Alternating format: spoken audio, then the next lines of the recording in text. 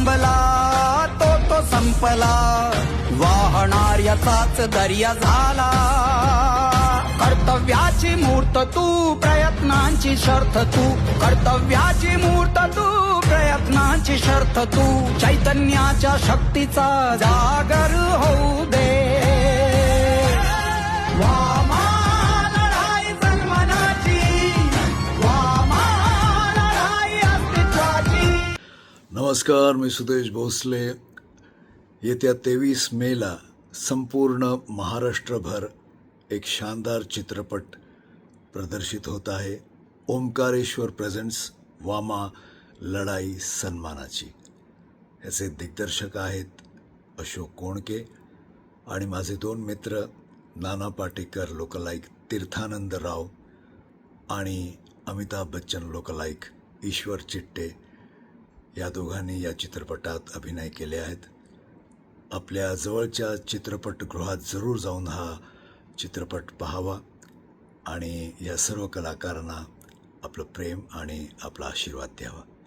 आणि माझ्यातर्फे संपूर्ण टीमला खूप खूप शुभेच्छा. जय हिंद, जय महाराष्ट्र.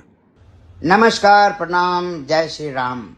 मैं हूं आप सबका प्यारा के गोस्वामी. वामा लड़ाई सन्मानाची, वामा लड़ाई सन्मानाची. अशोक कोंडके साहब डायरेक्टर हैं.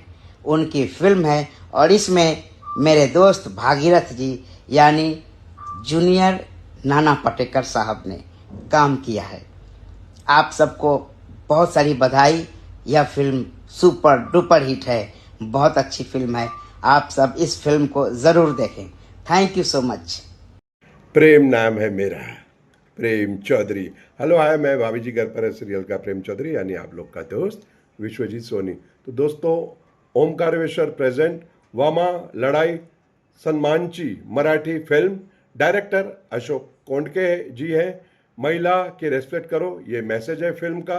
महिला पे आधारित ये फिल्म है और इसके मुख्य कलाकार हैं तीरथ आनंद राव जो जूनियर नाना पाटेकर है और कॉमेडियन है, और दूसरे कलाकार हैं ईश्वर चिट्टे जो जूनियर अमिताभ बच्चन है. ये दोनों ने इस मूवी में काफ़ी अच्छी भूमिका निभाई है. और इसमें वैसे तो बहुत सारे कलाकार हैं, लेकिन ये जो तीरथ आनंद राव है ये मेरे छोटे भाई समान है और बहुत ही बेहतरीन कलाकार हैं. तो आप ये मूवी ज़रूर देखिएगा. ऑल महाराष्ट्र में रिलीज होने जा रही है. आपको ये मूवी देखनी है मगर प्रेम से.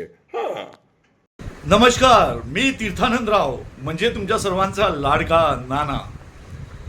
ओंकारेश्वर प्रेझेंट्स वामा लढाई सन्मानाची हा चित्रपट 23 मे 2025 ला पूर्ण महाराष्ट्रात रिलीज होत आहे. आणि हा पिक्चर तुम्ही सर्वांनी आपापल्या जवळच्या थिएटरमध्ये जाऊन बघावा. आणि हा चित्रपट म्हणजे वामा लढाई सन्मानाची, ह्यामध्ये तुम्हाला महिलांची आत्मसन्मान जोपासणारा फिल्म आहे ही. आणि त्याचे डायरेक्शन केले आहे अशोक आर कोंडके साहेब. खूप चांगल्या पद्धतीने हा विषय सरांनी मांडला आहे. आणि मीही या फिल्ममध्ये एक वेगळा टाईपचा रोल केला आहे.